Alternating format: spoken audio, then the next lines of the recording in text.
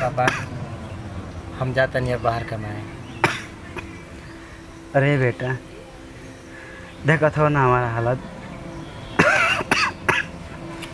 हमारा अंतिम समय चला ताटे, कब का हो जाए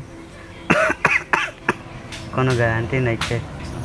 पापा ये गरीबी के ज़िंदगी हमके अब सहल नहीं जा। हाँ बाबूजी, भैया के जाए दो, जयन कुछ कमायन तबे न हमनी के तोहार दवाई सुई हुई, हमनी के गरीबी भागी। बाबू हाँ बहुत दिल घबराता है।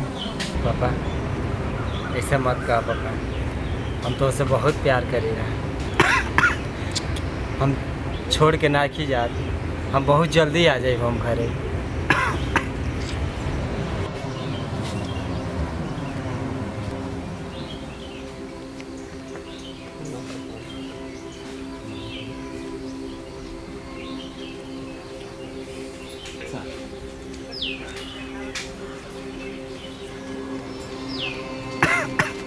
बाबू हाँ भैया।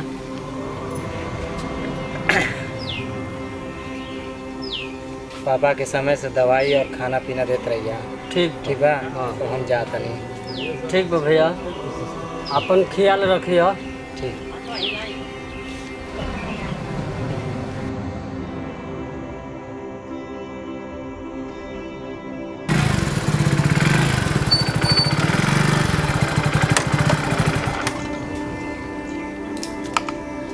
दादा कोई मोहन नाम का है?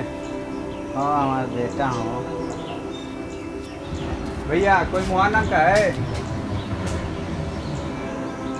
हाँ भैया बोलिए। आपका चिट्ठिया है।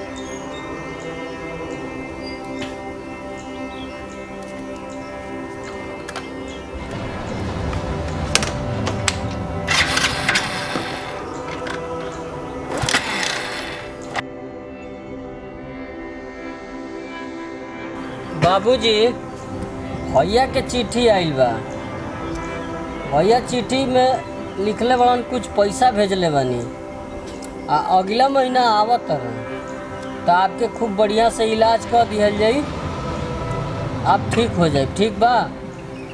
ठीक बा। ठीक ठीक।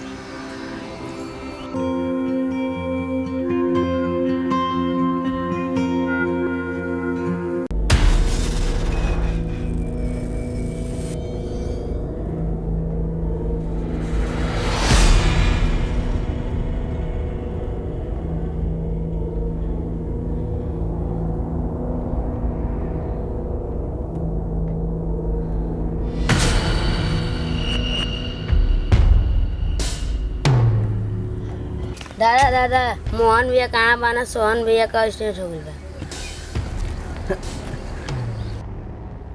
कौन सी भैया का एक्सीडेंट हो गई?